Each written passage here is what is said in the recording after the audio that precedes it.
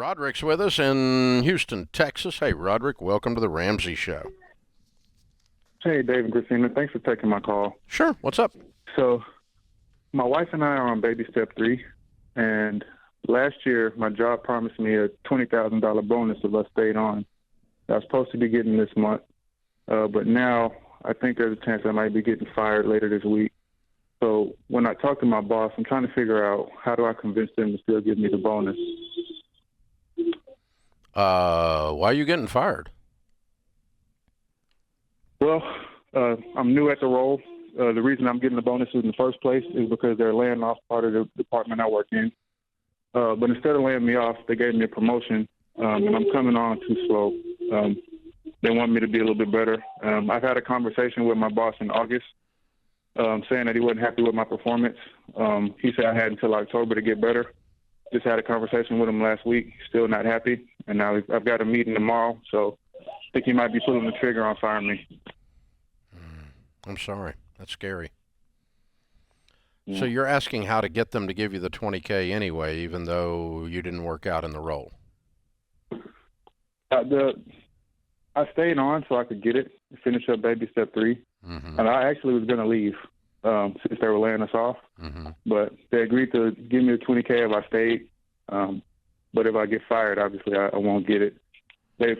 So the transition to the new way of doing things, when it's done, is when they owe the money. It was scheduled to be in October, but it's taken longer to get things how they want it, so they've extended that through December. So I would need to stay through the end of December to get the money. What is the line for when things are done? Like, is it a very clear line, a project-based thing, or is it just kind of something a bit subjective that the bosses have decided? No, it's whenever the outsource. We're outsourcing the work, so whenever the new company takes over the work, that's when they're going to pay out the bonus. But they have a deadline of December 31st. Gotcha. Okay. How big a company is this? A couple billion a year. Okay. All right. I don't think there's a perfect sentence or three that's going to cause a couple of billion a year company to decide to give you money if they've already decided not to. So I don't think I have that key on my key ring that I could loan to you. What I would do is finish well, and it doesn't sound like it sounds like they moved you into a role and then did not give you the support to cause you to grow into the role. Instead, just stood you over there on an island, and then they're shocked that the island is sinking. It sounds like leadership's piss poor to me, but I mean the way you're describing this. If we were confronting you about not performing here, you would have heard a lot more than 2 conversations since August. And we would have been saying, what can we do to come alongside you and teach you to ride this horse, because apparently you keep falling off of it. And we want to maybe be able to get you on in the saddle and stay there. And we would be talking about that. And then if you just kept falling off anyway, you would have known. It wouldn't be any question. Usually when someone is leaving here, they're positive that the next meeting they're gone, because it's been like a whole bunch of discussion up to that point. So that's what's bothering me about this, and that's what makes me think there's nothing you can really say to these folks. What I always do in any negotiation is, and that's what this is, if he says you're gone, you say, okay, thank you for letting me try this, and I'm sorry that it didn't work out. I gave it my all, but I didn't do it. I'm not really even in disagreement with you. I'm ready to move on. I was ready to move on back then. You guys asked me to stay and offered me $20,000 to stay. And you just retell the story, but it's all, own it. In other words, don't blame them. And then just say, okay, so what do you guys have in mind as severance, given that I stayed because you were going to give me $20,000 extra? Is that in the severance? And they go, oh, yeah, we're going to give you 4 months, and we're going to give you the $20,000. You go, okay, right? And thank you. That's very generous of you. I appreciate that. Or if they say, no, you don't get the $20,000, you would say, well, you promised it to me if I stayed, and I stayed, and I didn't quit. You're asking me to leave. So are you sure that you can't do something about that? And I just ask questions about that.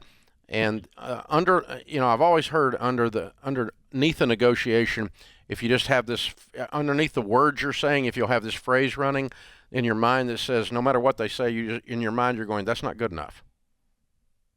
That's not good Yeah. enough. That's not good enough. That's not good enough. And so, what I learned to do is never get in a back and forth on the number. So we meet in the middle. I'm gonna sell you the car for 20,000. No, it's 24,000. Well, we'll meet in the middle at 22.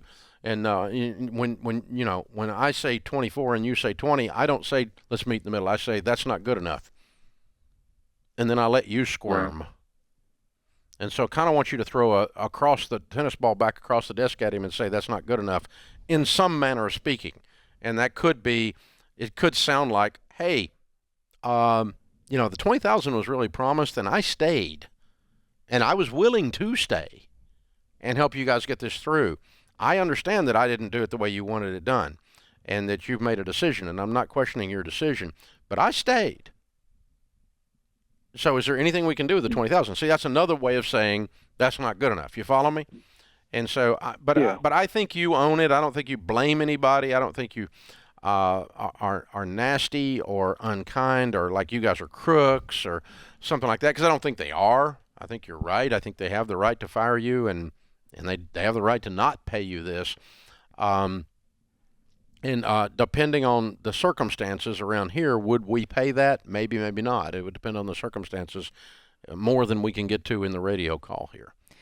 So do you think if they don't fire him tomorrow, let's say they just call him in tomorrow and it's just another meeting where they're like, we're disappointed, do you think he should start looking for a new job? Oh, yeah. Okay. Yeah. Just as that. Because I got a feeling December 31st, they're all going bye-bye anyway. Yeah. As soon as they get this handed off to the outsource, it sounds like. I think the writing's on the wall.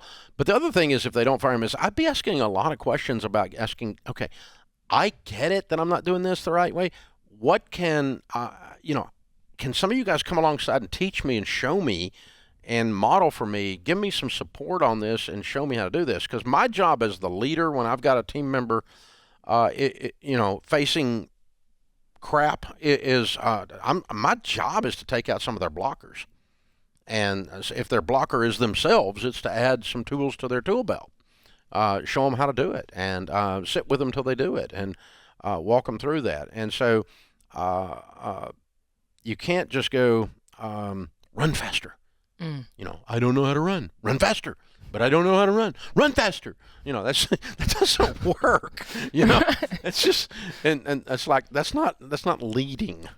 That's corporate America crap. And it sounds like that's what you're dealing with, dude. I'm sorry. Sorry you're facing that. You got to have a little knot in your stomach going in there in the morning. That's kind of scary. But, the interesting thing is when you get home tomorrow night, you'll find out they fired you. They didn't kill you. And your life goes on. That's my point. Your life goes on, and I was getting ready to leave anyway. So the only question is whether I get this $20K. And, we always talk about when you're out of debt and you have your emergency fund and they walk in and go, well, we're going to have to lay you off. And like, oh, good. How much is the severance? I was getting ready to go open a business and kick y'all's butt anyway. So right. Well, how much is the severance? Let's get him a copy of Paycheck to Purpose by Ken Coleman. Oh, good. Yeah, I want to hear his voice, like, be excited when he talks about his job. Because even right now, even if he gets this job, if he continues in this job, it doesn't sound like he's going to love it much. It's a crummy environment. Yeah, let's get him something he loves, a job he's passionate about. Yeah, we'll send you Paycheck to Purpose. Let's get going.